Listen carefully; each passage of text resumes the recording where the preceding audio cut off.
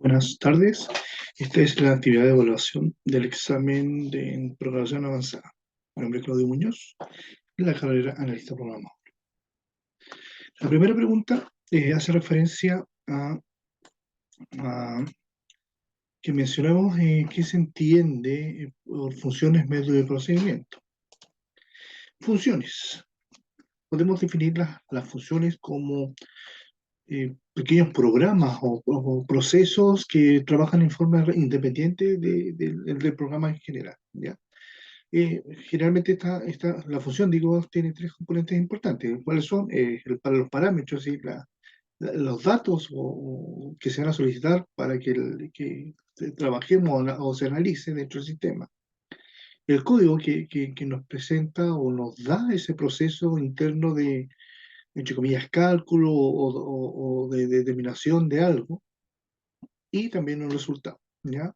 Que se espera de esta función. Entregamos un dato, se procesa y entrega un resultado.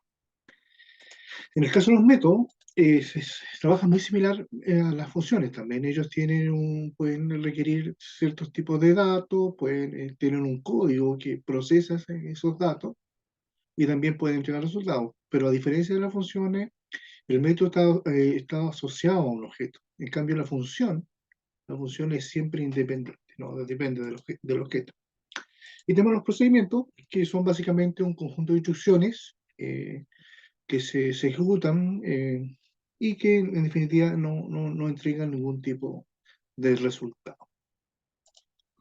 La segunda pregunta que nos hace es menciona y explica los beneficios de la programación orientada a objetos.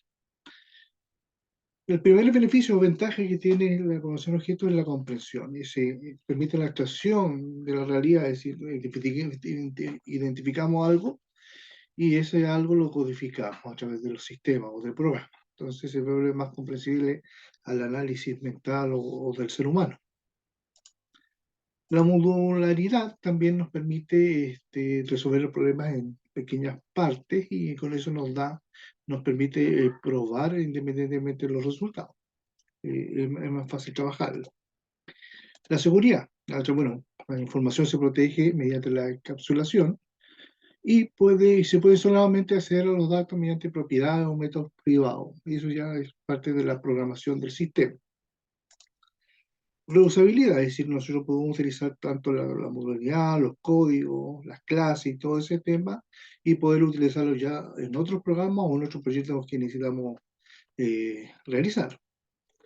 Y también es fácil mantenimiento porque básicamente tiene dos aspectos importantes en este caso, que es que nos permite, nos permite extraer el problema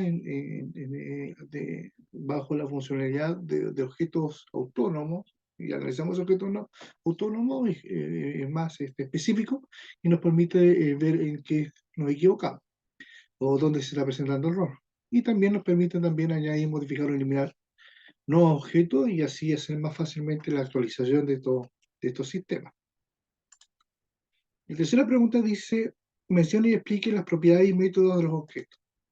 Las propiedades del objeto se pueden definir como los atributos o características propias del objeto. ¿A qué me refiero a esto? Que cuando identificamos un objeto, por ejemplo un auto, podemos identificar sus atributos y características. ¿Ya? Por ejemplo, si es una camioneta, si va a ser un vehículo sedán, si va a ser un camión, por ejemplo. ¿Y qué características propias tiene ese? Por ejemplo, el camión es de carga, o es un camión de descarga de materiales al aire libre, o puede ser de refrigerado. Y básicamente es definir las características que va a tener el objeto. Esas son las propiedades. Los métodos del objeto son las instrucciones que pueden cambiar los valores que hemos asignado a esas propiedades. Por ejemplo, y va a depender mucho desde el punto de vista de dónde se utilice. Por ejemplo, si nosotros tenemos un vehículo, tenemos una propiedad, característica y todo el tema, pero si lo vamos a utilizar para un tema de taller mecánico, tiene métodos objetivos del objeto distintos si lo vamos a utilizar, por ejemplo, para que se venta de vehículos comerciales. ¿Ya? Ahí esa es la diferencia, por ejemplo, o los valores que le damos en este tipo de método de los objetos. La cuarta pregunta hace referencia y dice, explique cuáles son las las, las características o no decirle del software. de las pruebas de software, ¿ya? La primera podemos hacer son las pruebas de aceptación, que vemos si todo el sistema está funcionando bien, si cada una de las partes, si funciona bien como un todo. Después tenemos la prueba de integración, que básicamente se asegura que los componentes de software funcionen adecuadamente, ¿ya? Y se integren adecuadamente al objetivo, al resultado que se espera. Tenemos el examen de unidad, dado que podemos ver que funcione cada unidad o cada aspecto del software funcione adecuadamente, haciendo un análisis de cada una de estas partes o mini partes que se va construyendo este programa. Las pruebas funcionales. Las pruebas funcionales eh, ven cada que las funciones creadas en el software se vayan ejecutando adecuadamente. Esa es la importancia de estas pruebas funcionales. Las pruebas de rendimiento hacen referencia de las distintas cargas que uno hace al software y esas cargas son efectivamente ejecutadas o a través de los procesos ejecutadas adecuadamente. Ahí se mide un poquito el rendimiento del software en el sentido de que las cargas que recibe estén dando los frutos que se requieren. Las pruebas de regresión hablan principalmente de la degradación de la funcionalidad, es decir, van viendo de regresión de hacia atrás si cada una de las partes va cumpliendo exactamente la alimentación anterior que requería para que el software en definitiva funcione adecuadamente.